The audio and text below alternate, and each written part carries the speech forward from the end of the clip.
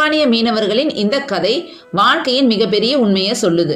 ஏன் சில பிரச்சனைகள் நம்ம வாழ்க்கையில வருது, ஏன் சவால்கள் நம்மை தொடர்ந்து துரத்துது, இதற்கான பதில்கள் இந்த கதையில இருக்கு. கதையை தொடர்ந்து கேளுங்க. கதையோட முடிவுல ஒரு மிகச்சிறந்த வாழ்க்கை பாடம் காத்துட்டு இருக்கு.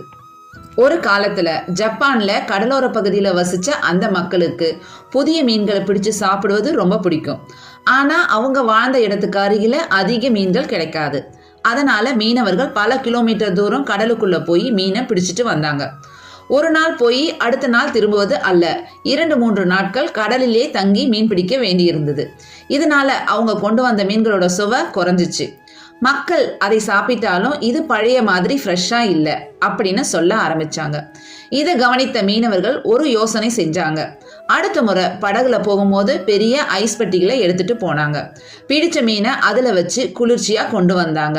ஆனா இப்பவும் மக்களுக்கு திருப்தி இல்லை. உயிரோட பிடிச்ச மீனோட சுவை வேற மாதிரி இருக்கும் என்று அவர்கள் சொன்னார்கள். மீனவர்கள் மீண்டும் யோசிச்சாங்க. இந்த முறை படகுல ஒரு பெரிய தண்ணீர் தொட்டியை வச்சாங்க. பிடிச்ச மீன்களை அதுல உயிரோட வச்சு கொண்டு வந்தாங்க. ஆனா 2 நாட்கள் அந்த சிறிய தொட்டிக்குள்ள அசையாம இருந்ததுங்க மீனுங்க. மீன்கள் சுறுசுறுப்பு குறைஞ்சதுனால சுவையில ஒரு வித்தியாசம் தெரிஞ்சிச்சு. அப்ப ஒரு வயசான மீனவருக்கு புதுசா ஒரு யோசனை வந்துச்சு. இந்த மீன்கள் அசையாம சோம்பேறியா இருக்கு, அதனால இதை சுறுசுறுப்பா வச்சிருக்கணும்னா நாம வேற ஏதாவது ஒண்ணு செய்யணும்னு சொன்னார் அவரு. அடுத்த முறை அவர்கள் ஒரு பெரிய வேட்டையாடும் மீனை அந்த தொட்டிக்குள் விட்டனர்.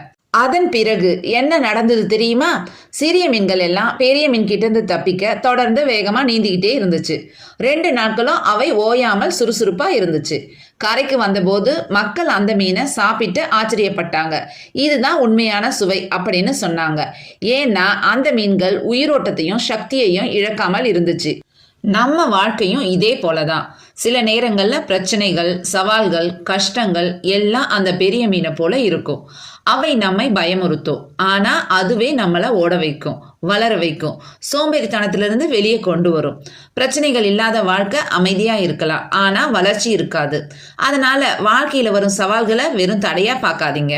அவை உங்களுக்குள் மறைந்திருக்கும் திறமையை எழுப்ப வந்த ஆசிரியர்கள். உங்க வாழ்க்கை சுவையானதா மாறணும்னா பிரச்சனைங்கிற பெரிய மீன் தேவை.